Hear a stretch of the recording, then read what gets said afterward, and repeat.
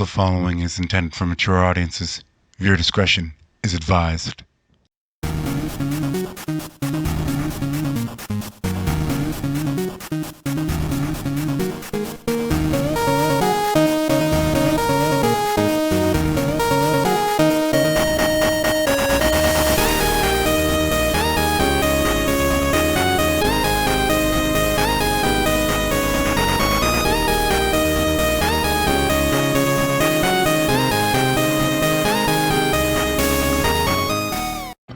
Welcome, Deadites, to part 9 of What If Deku Was a Guardian.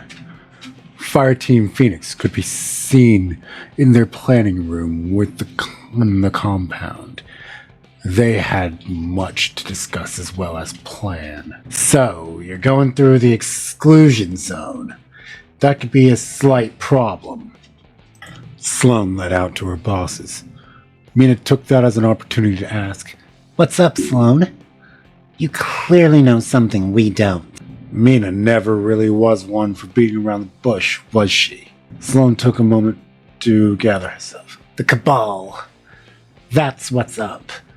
These coordinates are within the heart of their territory. If you're going, then expect to have a brawl on your hands. These ain't Fallen. They are an organized military.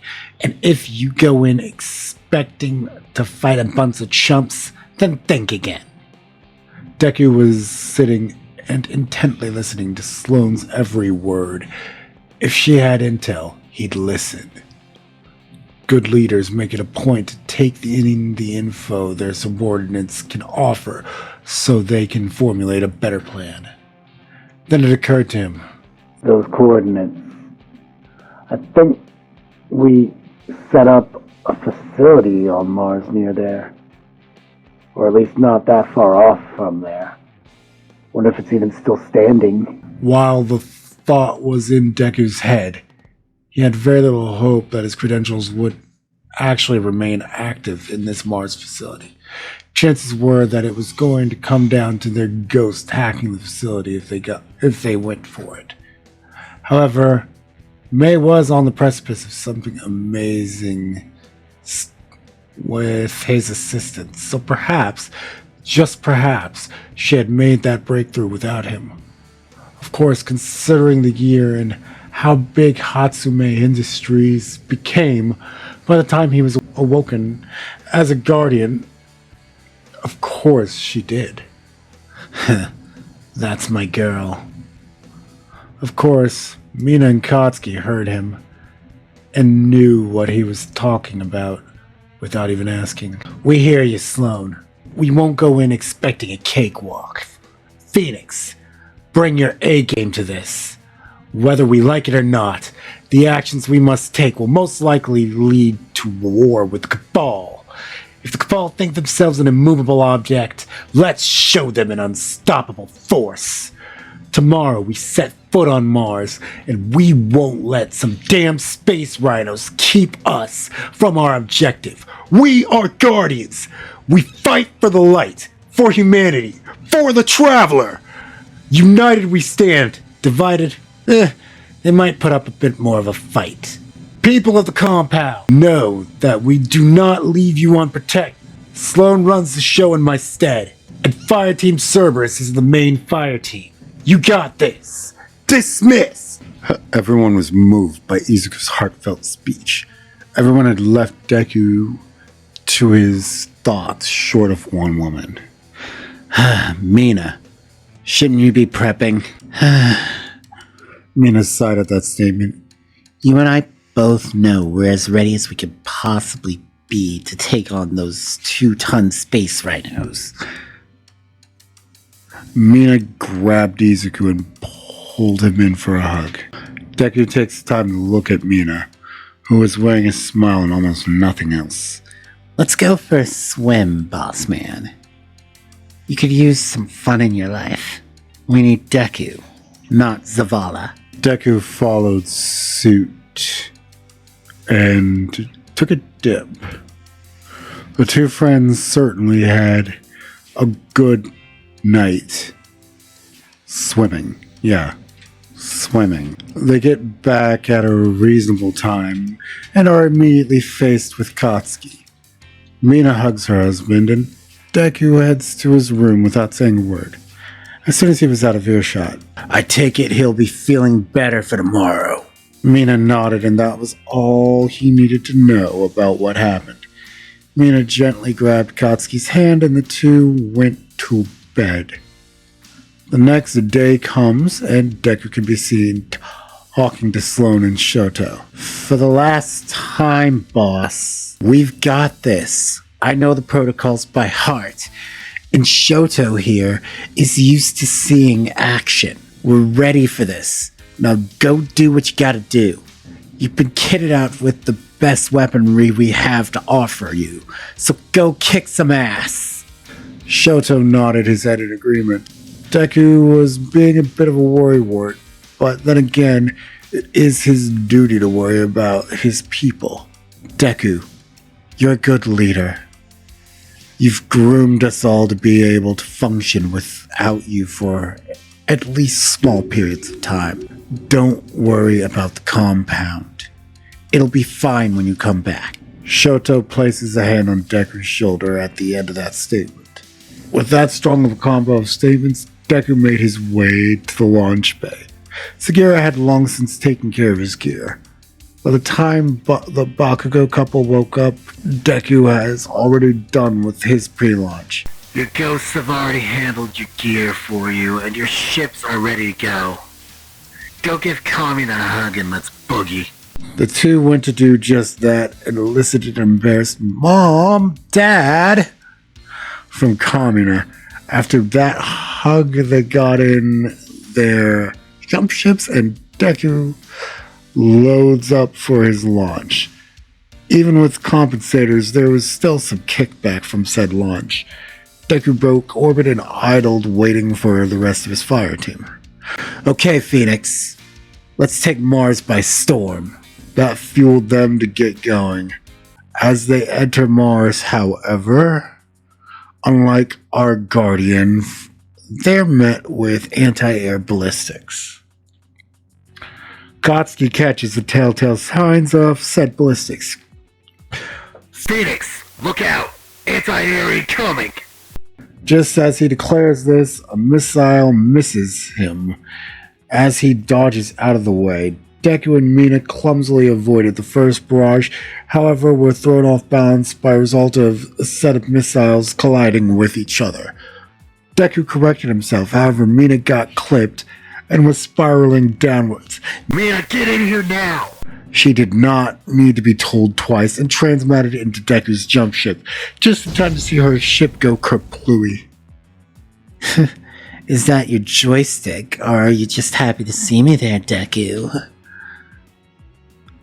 Without missing a beat, Deku takes a cheeky grab of Mina, and she yelps in surprise. She wasn't expecting Deku to be so forward on a mission.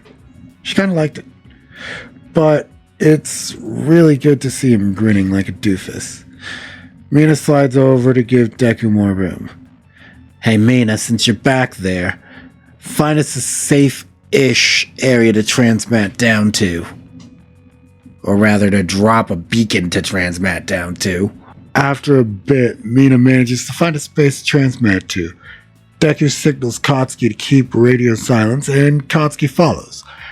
Deku drops a beacon, and Fire Team Phoenix has officially landed on Mars. The fact that Mina had almost bit it was settling in on her. While Gerst could have transmatted to Deku, it still would have not be fun for her, resurrection or not. Are you okay, Mina? Katsuki asked his wife. And Mina shook it off. Yeah, I'm fine. Let's do this. They make their way to a facility that they're about to enter, and they're able to enter it fine enough and remain under the radar. However, they make their way to a sealed blast door. We need to be on the other end of this, Deku. Hey guys, help me out with this. Be ready, Phoenix. This will most likely set off an alarm. Phoenix had their weapons out and was ready to rock and roll. The alarm was sounded and Cabal legionaries were coming in droves. There was even scions in the formation. The enemy was in greater number than expected, but luckily they had prepared to be outnumbered and had the formation of their own to work on. Mina fired her bow and tethered as many enemies together as she could. Deku channeled the storm, and Katsuki summoned the Hammer of Soul.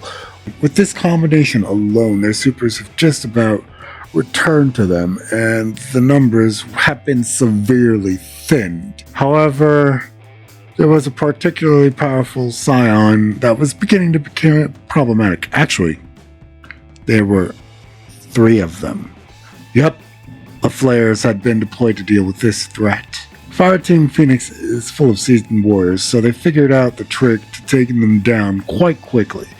Deku pulled out Lightbringer and made short work of the arc flare. After that, the other 2 went down rather quickly, leaving Mina and Deku with some rather stylish wear.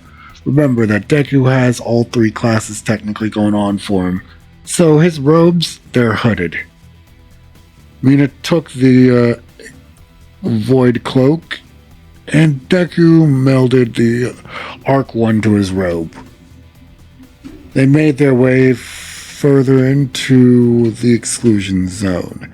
Eventually, they find an old Hatsume Industries building, and Deku notices something about the spelling. Why is there an extra M in the... Oh, that's so sweet, May. Deku had a smile on his face, and the Bakugos could figure out why. I don't remember much about the floor plan, so let's see how much of it is intact. My memory's a little fuzzy. It's been a while. Sagira, I need a computer that's here that still has power. There has to be one. Sagira does a scan. I found one leading Deku, and it has administrative power as well. It's not far from the 2nd floor. With that, they were on the move once more. There was no opposition at all, and that was getting kind of creepy. Deku found himself in front of the computer and... Why don't you give it a try, Deku? You never know. Your credentials could still work here. Deku just shrugged and chuckled a chuckle that screamed, I highly doubt that, but he went for it anyway. And it worked. Passcode received. Commencing biometric scan. The scan was done, and before Izuku stood a hologram of Mei. Took you long enough to get here, Izuku. I made a point to keep your info in all my facilities while actively denying such, just in case you became one of the travelers chosen. A lot's changed since the last time you were here. I have so much to tell you, but I'd rather do that in person. Yes, you heard me correctly. I'm sealed in a cryopod in a hidden area in the building. I'm transferring the coordinates to your little friend over there. Oh, hi, Bakugos. That was all he needed to know, that this was more than just a hologram. Either you programmed your personality into this hologram, or my logging in allowed you to control her from stasis. Either way, I'm coming for you, beautiful. Get ready for a fight, guys. I've been tempted with nice things, and we know I can never have nice things, and it will never go easy for me when I try to have said nice things. They were led to an area that had seen better days. The look of hope on Deku's face was clear. Of course, he'd want to see the mother of his 2 daughters. The couple tried not to make their concerns obvious. Just as Izuku made his way to the console. Prove you're actually Mei. When and where were our daughters conceived? She didn't even miss a beat. Here, or To be specific, on our way here, that is. Luckily, our medical team was with us, so the pregnancy went without a hitch. Himiko tried to kill me when she got out here, though. Deku almost pressed the button. I need a little more honey, buddy. May blinked. Did becoming a guardian frazzle your brain? That's my name for you. Mine was Tinkerbell. Deku was content and immediately finished the keystrokes. The chamber began to open slowly, and just as that began, a cloud of static and arc energy was in the air. The Vex had landed. While our crew is used to being outnumbered, this is ridiculous. Phoenix, you're in serious trouble there. You should get out. Coming out, managed to get a connection to them, albeit a fuzzy one. He's right. We should go. Mina's ghost let out, and Deku had a look of utter rage and determination on his face. Fine. If you want to leave, then leave without me. The mother of my children is here, and I'm not leaving her alone to the Vex. Katsuki grabbed Deku. Come on, man. There's a fight, and then there's suicide. Deku smacks Katsuki's hand. That's easy to say for someone who got to keep their family. Either I leave here with May, or I die here with May. Tears were in his eyes, but he was serious. As he channeled the power of the storm, an ionic blinked to a mass of Vex. Stay away from there, you robotic jackasses! Katsuki shook his head. Deku was right. He had no right to stop him in the end. Gamina, if your mom and I don't make it back, I love you. Katsuki emptied his Galahorn, and Mina fired off rounds from a Thunderlord before going back in with the combo they had used before, centered on a Hydra. Deku's storm treads had run out at the most inopportune moment, but luckily his fire team was there to back him up, which he wasn't expecting at all. Deku tosses a storm grenade as soon as his trance was done, and followed through with a volley of attacks from super good advice, and then pulled out Callisto just in time to deal with a pesky Minotaur. Phoenix's efforts to see this through ended with a room filled of Vex corpses, just as a naked Mei Hatsume Midoriya was revealed. Deku catches his mistress, or I suppose wife now. He was hell-bent on being the first thing she sees. Well, hey there, handsome.